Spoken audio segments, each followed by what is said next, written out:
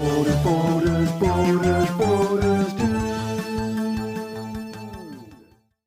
Borders Dude continuing on Dinobot Week, and let's take a look at Dinobot Slag. Let's start off with that wonderful head sculpt. I absolutely love how the red and silver just pop with that amazing blue metallic paint used on the visor. Love that G1 looking head sculpt. Moving on to his articulation, your shoulder joint can go up and down. You can also get a full 360, or you could if it wasn't for some of the backpack kibble. Now you can see on my copy of this that Mech Fantoys Dinobot doesn't really want to stick together too well in robot mode, but that's not too much of a problem. You do get a swivel at the bicep, it's incredibly tight, and the fist goes down again very tightly for transformation.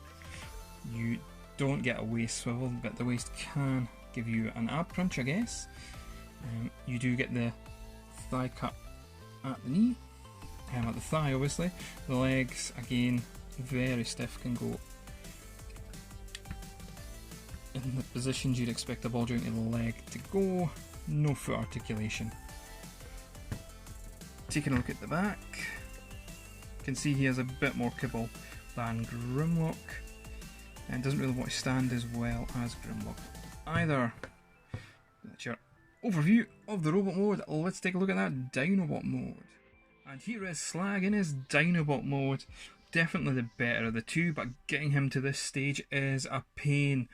The transformation involves like flipping this hinge over his leg, which I can't really figure out how to do correctly, so I just end up popping the legs off and then fitting them back on once that panel's over.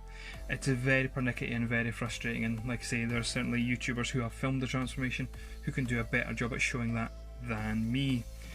The only thing that seems to be out of place on Slag is the red chrome on the horns, and I've got a little bit of paint chipping on mine, which is a bit of a shame, but apart from that, that head sculpt is lovely and does the G1 cartoon look justice.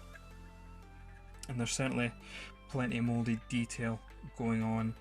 He isn't really my favourite Dinobot in general, so I wasn't really going to think I was going to get much out of this version of Slag, but I quite enjoy it. And just before we go, take a look at the weapons. Starting off with his blaster.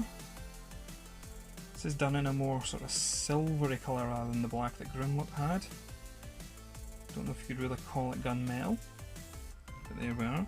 And the sword's done in the exact same silver as Grimlock's one is. All the Dinobot swords are painted the same way.